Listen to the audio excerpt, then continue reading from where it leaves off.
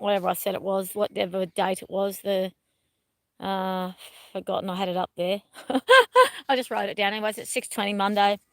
And I'm doing this live YouTube only because, one, of my promise of saying I'm going to do a daily YouTube a video, and two, because I got a request to discuss a particular topic.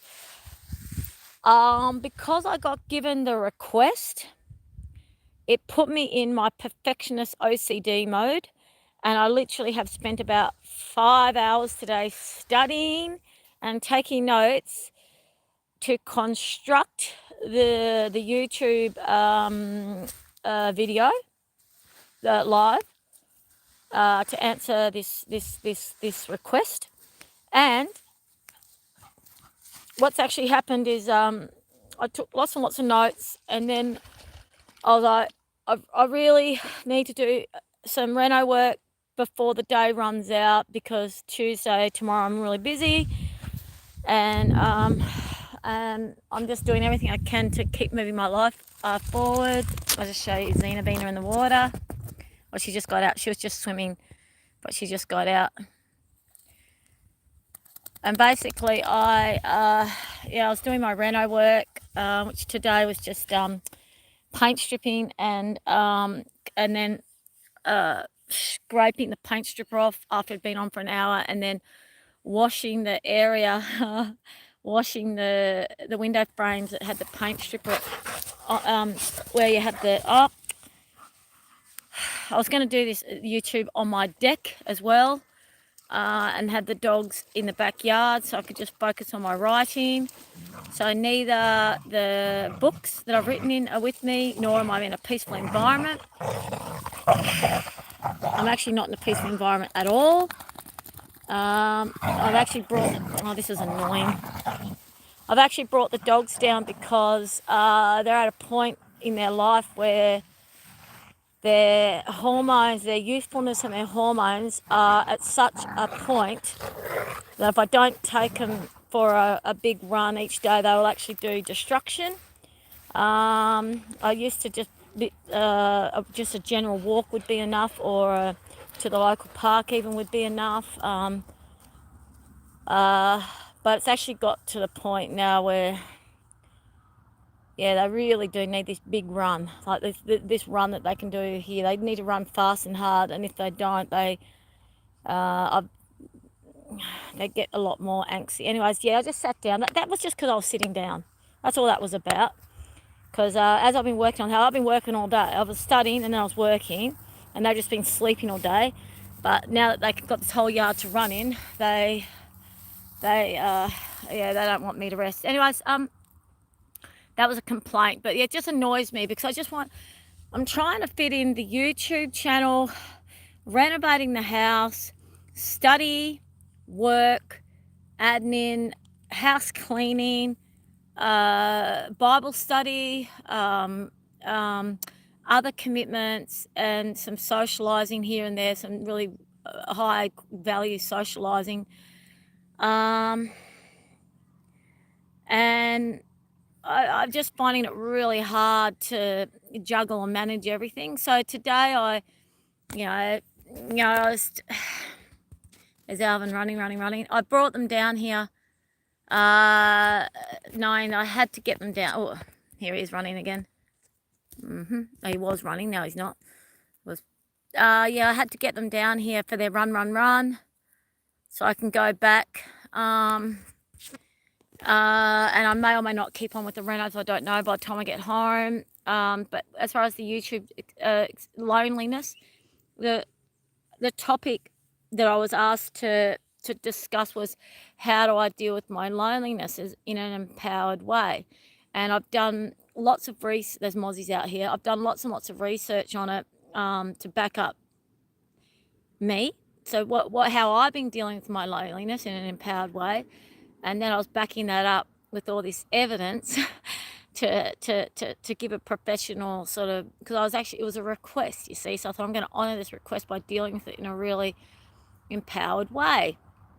And my OCD brain perfectionist tendency kicked in, and I've done a lot of study, and there's a lot that I want to share with you, and I'm by no means ready to share it with you right now.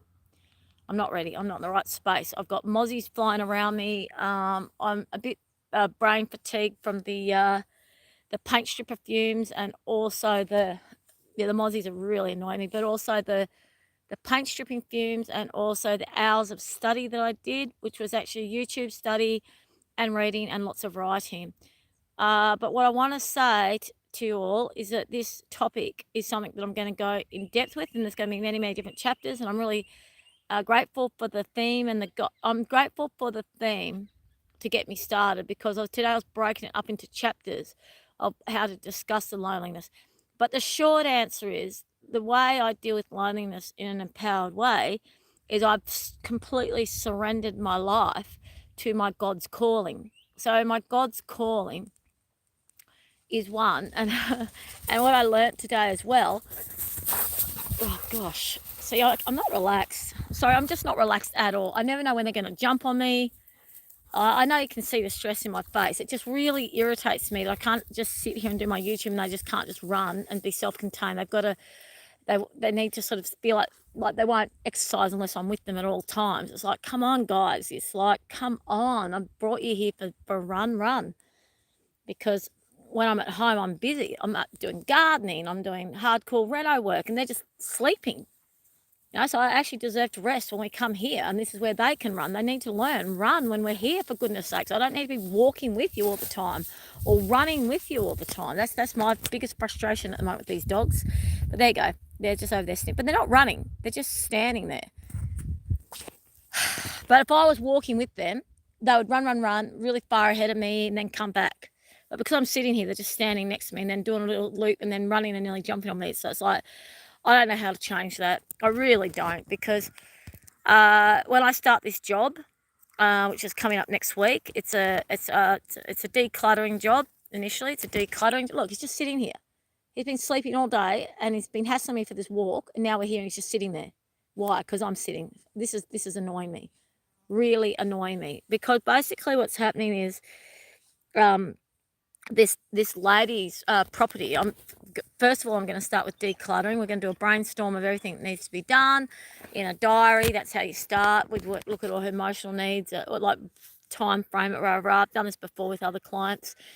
And then we're going to do a declutter, which is going to take a long time. So in between the declutter, I'll be landscaping the property and renovating her house. But we are going to start the declutter. But decluttering takes time, because there's an emotional attachment to what you're letting go of. It's not a fast process. You've got to work with all the emotions around the items. Some stuff is obvious, just let it go, but others is not. It's harder to let go of. So with the decluttering, it's a love, yes, no, maybe pile. The love or need pile, then definitely let go of the maybe pile. And then you keep going back to the maybe pile, sometimes with a break of a month, right? So and you've got to counsel them through their emotions around it. I did a job once with a lady whose husband had died from cancer, and we had to really work through all of his stuff, as well as stuff that her dead mother left behind, all of her collected antiques. She just had so many antiques. It was just enough antiques to have an antique shop, just more stuff than one person needed, more stuff than 10 people needed, and everything was super expensive, so she was all caught up in the cost of everything and the nostalgia, because dead mother, dead husband, so that was one really, really challenging job that took many, many, many months. And that's what I was able to say to this lady that I'm going to start working with. It takes time. That the decluttering won't just happen quickly. But yeah, that's my job that I'll be doing with her. We haven't set the time frames yet, but I'd say it'll be once a week. It's a 30-minute drive to her house, and that takes me to one of the reasons why I'm a bit stressed, because on my way driving here in the 50k zone, I was doing 55k's when it was almost, so this is what it does, right? That road, it goes from 50 to 80. I'm not kidding you. 50 to 80. So you go 50 kilometres, and then you hit 80, and then you can do 80. So about 1.5 metres before the 80k zone, there was a speeding camera, and I was doing 55 kilometres, and bonk. So, there, speeding fine, 55, 2 metres from a bloody 80k zone. Seriously. And I turned around, did a U-turn, and said to the cop, well, it wasn't a cop, it was actually a CCCTV inspector, something or other. He reckons he wasn't police. I said, what's dangerous about someone doing 55, 1.5 metres from an 80k zone when you're on the outback road heading out of the town? Like, how is this protecting anyone? How is this safe? Goes, oh, I've just had some complaints about safety. I said, yeah, I get it. If someone's doing 100 here, or 200 or 60, not 60, 70 or 100 or, but I was doing 55 kilometres an hour. And I can tell you right now, I've just been finishing renovating my home. I'm really tired and I'm forcing myself to take my dogs for a run. I could have taken to the park, just walking distance, but I'd taken to the river. But I was doing 55. Normally I do 50 in this area, but I was doing 55 to get to the river quicker because I can get there before it's dark, because I've got things to do when I get home. I said, and now, boom, I'm going to get a speeding fine. I said, I've had to borrow money for retro ute, for petrol, for dog food. I'm living on food hampers. I said, I haven't done anything unsafe. So how is that fair? How's that reasonable? Justify it. Where's God in this, And goes, oh, I'm just doing what I'm told. I said, yeah, but what are you doing to actually, what's the purpose of it really? Like, really, what is the purpose of it?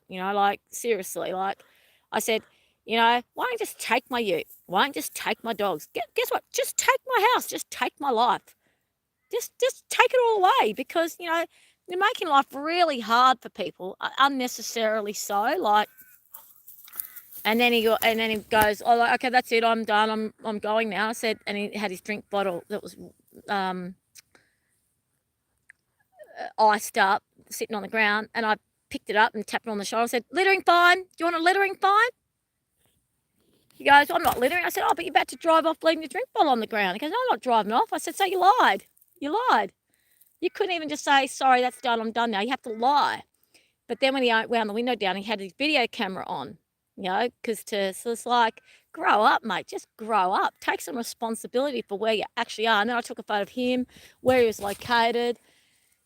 Because I'm actually going to appeal that fine. I'm actually going to take this to the Safety Commission. Take this to the Police and the Safety Commission. Because where I was doing 55 should actually be a 70k zone. It actually should be 65 or 70. That's what it should be. You know what I mean? So give us a break, for goodness sake. So that put me in a bit of a foul mood. And then I was like, as I was driving away, because I obviously had to turn around to talk to him. Then I obviously had made it get later to get here, and I was aware of that. And then as I left him, I drove off doing, I think, 10 kilometres an hour. And I drove the road really slow. Because guess what? Unless you've caused an accident, it's proven that you caused an accident, no one can be charged for doing under the speeding limit. And how many people do 20 k's under the speeding limit in an 80k zone? They're doing 60 kilometres in an 80k zone, or 80 or 70 in a 110k zone, and there's all these cars behind them. You see it happen all the time, and yet they can't be charged, but they're causing traffic accidents because people are getting late for work, and you overtake them whenever you can. And boof, if you're doing 5k's over the limit, $100 speeding fine. But what about people doing 20 or 30k's under the speed? There's no bloody penalty for that unless you can prove that that person caused an accident. I'd like it to be prove that someone speeding, doing 5k's over the limit, caused an accident. Or someone even doing 20k's over the limit caused an accident. Because you know what? These speeding fines are not about safety, guys. It's about revenue raising. None of it's about safety. Because if it was about safety, they would actually be where there's lots of children or elderly, or they wouldn't be like 2 meters before an 80k zone on a rural outback road. You know what I mean? Just sitting there getting the one every 10-minute car that's doing 5k's over or 10k's over because they're keen to get home because it's nearly night time. They've got cows to feed or whatever. Seriously, this stuff really riles me, and it brought me into 3D. I will admit, it brought me whoom, bam, back into 3D. And I thought, right, so I'm supposed to be doing a YouTube on loneliness. Right, now I'm feeling this anger about the 3D reality and about juggling time. And I thought, I've got to get back into that 5D mentality. How do I do that? How do I show? And then, I got here, and the first thing that happened when I got here and I opened the car door was this swarm of mozzies went for my face because I'm O blood. And so the mozzies just love my blood. I've got high protein, so I've been bitten quite a few times already from mozzies. And yeah, I just like, oh gosh. So how do you deal with loneliness? Right. So one, when I honor the calling of God, I have to remember to honour the calling of God all the time. So one, I've got a lot to master on that, to go into that place of, I wasn't being aggressive with this guy. I was just being very assertive. So I still don't think I did anything wrong. I was just making a point, like really stand up for my rights. Like, like what is actually dangerous about this? I didn't even ask him to revoke the thing, because I know that he can't do that. Boom, it's happened. It's gone sent off to the AI and they've registered it. But he's sitting there getting paid money for doing that.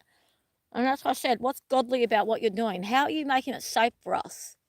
So I really put the humanity questions to him, you know what I mean? He looked really like, like he looked perturbed. He looked like, yeah, I know what I'm doing is wrong. So hopefully he will go home. And then when I said, I've been borrowing money for petrol, for car radio, for dog food, for my food, and now I'm going to get a speeding fine for doing 5Ks over the limit in an area that should be 70, an area that should be 30Ks over, what at 56, 20Ks over, 25Ks over what I was doing. It should actually be 25Ks over.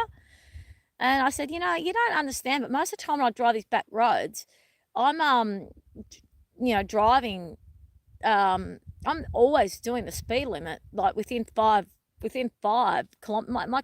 Cars do pick up speed sometimes going down hills and stuff. So, yeah, it all feels a little bit, that's the sort of stuff that can thwart us, and it can knock us out of our equilibrium of enjoying our alone time or enjoying our journey with life. And one of the things about my loneliness and equilibrium loneliness and surrendering to my calling, it's about knowing that I'm protected and safe and that everything's happening for a reason. So when that speeding, it might not even be a speeding fine, it was just a radar. Like the big red light went off. And when I looked in his car, I could see there was a camera, a video, what do you call it, a laptop thing. So I'm not saying it was actually a speeding fine per se, but he's recording people going over 50Ks in that area. But there was a 50K zone for a really long time. So why wasn't he doing it further back? Why did he just do it 1.5 meters before the 80K sign? Because by the time you get to 80K sign, most people are doing 60, because the 80K sign's right there and the last house is finished and all the houses are finished and you're about to move on. So everyone starts to pick up speed because they know the 80K sign's just there, right? Everyone does that. So why choose that spot? Why that spot? Why that spot? Why not back where all the houses are? It was such a safety issue, hey? Anyways, is that why that happened? Who knows? Because I've been doing a lot of research today to back up my God's calling, and there's so much I can't wait to share. I've written down so much information, and I'm so excited to share it in a formalized, non-complaining, non-ranty space. I know I'm being a perfectionist, but that is part of how I am. But as an advocate of God, as an ambassador of God and an advocate of God, I'm basically bringing God's word into every paragraph, every sentence, every conversation as much as I can. And that is one of the reasons why my loneliness I find my loneliness a gift, because I'm not getting distracted. You see, that's one of the big answer. I'm not being distracted by interacting with people who are confusing me or taking my energy or taking me away from my reflective time or my study time or my quiet time. The radio is Vision Christian Radio. When the YouTube's on, it's like a really interesting documentary that's teaching me something that's godly related. Obviously, when I'm out in the garden, I'm working, God's planet, God's nature. When I'm working on the house, I'm working on creating a haven and I'm working on. Sorry, I'm getting really bitten by mozzies here. I'm working on creating a beautiful haven, a beautiful home, which is God's calling, because it's going to be a retreat, and that's where I'll be doing my writing, and everything will be become really formalized and really amazing. And I know that's about 6 months away or 3 months away. divine timing, God's divine timing. But I'm really prioritising my house renos. Like, and I know paint stripping a window, it's boring. It's really boring. Little Zena, hello, hey. It's really boring, I know. I can tell you right now that paint stripping is not fun, but the process, the methodical process of getting back to the bare wood, getting back to the original substrate, so I can actually put primer on and put good quality paint on with no paint drips, no, like, it's high quality. And I've had to fix all the frames up because they've all cracked and warped, and having to put all this silicone, this mastics in. So it's a lot of restoring an old house. It's not just paint stripping back to the original. It's also structuralizing, repairing the original structure of whatever I'm working with, whether it's cement or wood, or like all the window frames need restoration. The around the around the fireplace, all the cement needed restoration. The steps need restoration because it's an old house and things are falling apart. So I know that God is happy for me to focus on that and make that a priority. And I know that once the house is a true home and I'm really organised, I know the study element of it and this YouTube being really formalised and structuralised, and then I can start asking for donations or contributions, because I'm actually going to be really giving you something of substance. And today I really wanted to give you something of substance because I was given that request. But for now, I just want to say, please accept this is my initial answer to your request of how do I deal with my loneliness. My loneliness is a gift. My loneliness gives me peace. My loneliness allows me to be a true child of God, truly surrendering to my God's calling.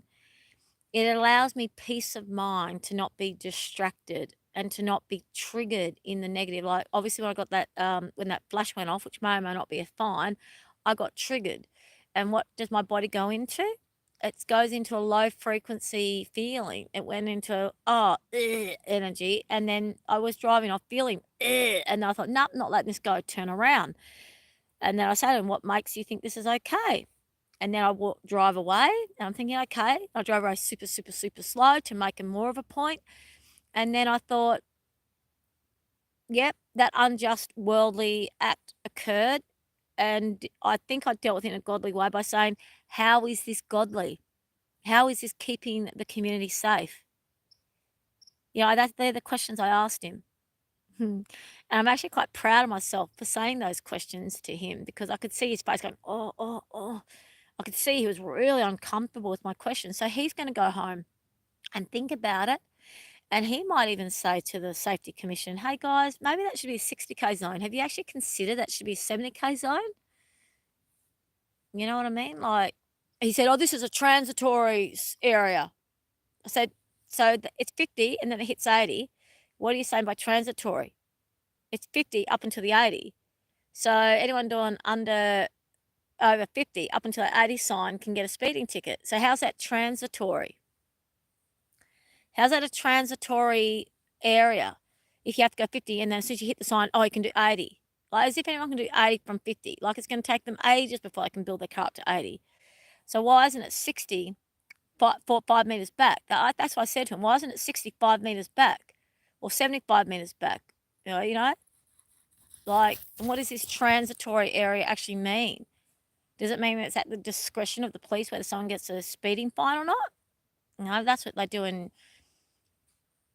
Bali. The police have the discretion whether they fine or not, and so does Italy, actually. Australia's got one of the most strategized, legal, structuralized, formalized fining systems, in one of the few countries where the police have to give a certain fine for a certain thing. There's all these countries where it's up to the police to decide what the fine is, and that's why those countries, the police can be bribed, like Bali, Indonesia, Italy, and I think Brazil, and there's a couple of countries, right, where legitimately the police at the time decides what the fine is for that particular offence. Can you imagine the corruption in those countries? So we're actually really blessed in Australia that at least we know, oh, that's going to be $100 fine, you know. Uh, uh, So yeah, this has been a ramble. It's gone on for 25 minutes and 19 seconds, and it's like, what on earth have I been discussing? Well, guys, life is life. Life is life. And what am I going to say about today? Has today been a good day? I woke up and I did a lot of praying for how to make today work, because today was a free day. Like, today was a day where I didn't have to be anywhere at a certain time. So what is the most important thing, God, that I need to do today to get in action for the day, to make this the most godly, productive day I can make it? And I got a clear message. Do some study for your YouTube.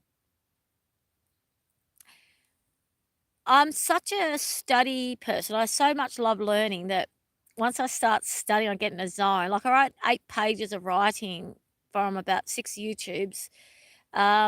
And when I say 8 pages of writing, I'm talking about really fine print. And also, I just want to show you Venus.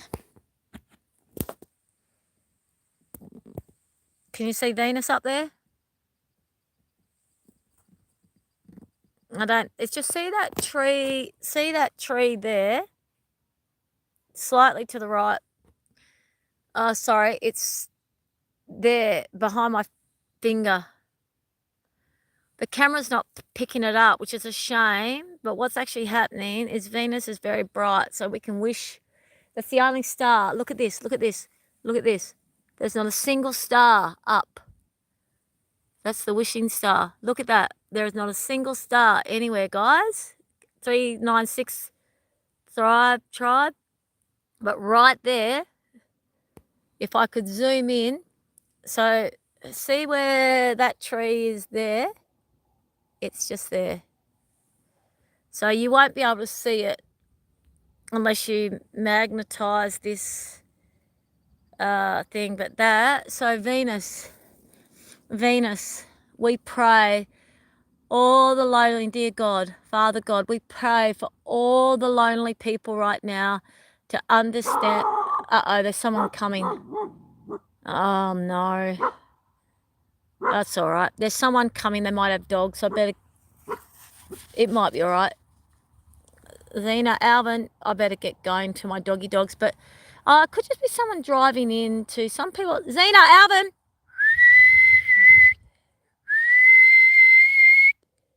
Sometimes people just turn up to have a drink, or actually I think some people come here to have little rendezvous as well. Come on. So back to Venus. Yep, see, they're coming. Well done, darling. Little black one, little Albany. So Venus up there, dear Father. Oh, hang on, distraction. Look at the sunset. Oh, it's so beautiful. So Father, dear Father, all the people are feeling lonely tonight. Please fill them up with the joy of your love and the peace of being a child of God, knowing they are protected and safe, and at all times you stand by them, at all times you're with them, and they just need to know to accept you, embrace you, open up to you, trust you, love you, know how much you love us, accept your love, for we can never be alone when we accept your love. We can never be alone. We know you're with us at all times, wherever we go, every second. Dear Father, thank you for loving us. Amen. So there we go. That's the sunset. Little Alvin. Yeah, so Venus, this is unusual. Oh, there we go. There's a star. Oh, you can't see it. Oh, no. The phone's not picking it up. There it is. Can you see that little white thing? That's a star. So it's one more. Oh, there's another one. Okay, the stars are popping up. Woohoo! So we got it, but there's not many. Not many. It's a pretty clear night tonight. Anyways, for those of you who wonder how I deal with my loneliness, I see my loneliness as a gift.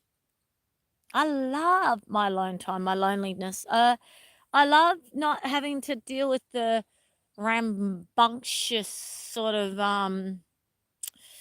discordance of low density or by low density I mean I'm a light worker. I've got a really high frequency. I'm really sensitive. I'm really intuitive.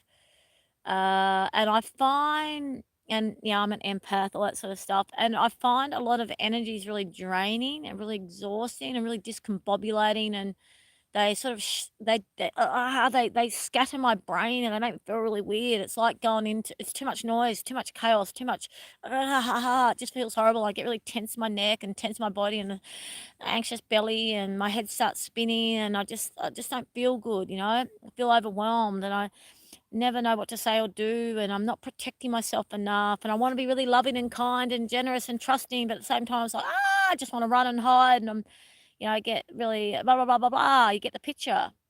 So that's what it's like for me when I go to the supermarket or even to the markets but what I generally do when I go to those places, I'm like, Lord, let's enjoy this. This is going to be a wonderful adventure. Give me divine intervention. Like, show me where I need to go, who I need to speak to, who I need to give love to. How can I do missionary work? How can I be an angel of love? How can I give love and joy to those around me? So I go out to be of service to others, you see? And so I deliberately know it's going to take my energy, but I deliberately go in God's protection to be an angel of love and to be of service to others. And then I come home and I'm like, oh, I'm home. Whew. So, yeah. My alone time is my sanctuary, my haven. But I will admit that the YouTube channel balances out my alone time because it gives me complete. I have my peaceful, alone, sovereign time with God and myself and my animals and my garden, but I'm still involved with the world. I'm still being of service to the world. So it's not like I'm hibernating and putting my head in the sand and doing nothing and not heeding my calling. That's the beginning of this empowerment of loneliness theme that we're going to follow, which ties also in with secrets being revealed, hidden secrets, hidden secrets, creating restoration. So this alone time allows reflection and allows us to find out our hidden secrets, our buried go deep into our buried traumas, deep into our buried, self of who we are, because we haven't got the distractions, then we do become very aware of who we are, because there is no distractions. Be mindful about this, people. Choose what you watch on YouTube or what movies you watch or what you listen to on the radio or what music you listen to. Be mindful of what you are allowing into your energy, into your space. Ads on TV, they're horrifying. Like ads on radio, they're horrifying. They're not good for our psyche. So just be really mindful of what you're allowing yourself to be around, and what smells you have around you and what food you're eating and how much water you're drinking, all that sort of stuff. And in saying that, we then we pray and then we know what to do when we go out and we put the protection bubble around ourselves, God's protection and armor of God around ourselves, and we go out and we do God's work, and then we come home and we recalibrate and we build ourselves up again for going out and being part of God's wonderful army, and being advocate of God. We're not all advocates of God. I know that. I am one, but not everyone is. Anyways, it's getting really dark and I keep seeing car lights, but I realise it's the road nearby, not people coming in. But the animals right now, there's Xena. You can see her black against the silhouette. And there's that Venus, which you might be able to see a bit more now. Is it showing up this time? Look at how bright it is. Like the sun's gone down, right? But it's still bright out there, isn't it? Quite spectacular, isn't it? Yeah, can you see Venus? Did you see it? See that white spot? I know you saw it. I'll go back. There you go. And now we go around. Poof. See it? Isn't that beautiful? Absolutely beautiful. So there's Zena Bina, and there's Alvin, and now come back to me. Good night. Oh, you can't even see me anymore. No, it's too dark. All right, good night. God bless. Oh, there's my daily YouTube. Be proud of me. I didn't want to do it. I thought it was too 3D and I wouldn't be able to present anything, but I think I still gave you some gems of wisdom there. Woohoo! And I got to show you the beautiful Venus, and we got to do our prayer. I'll just sign out with showing you Venus. All right, lots of love. God's blessings. And there's Venus. Pray on the Venus star, the star of love. All right, good night for Monday night, everyone. God bless.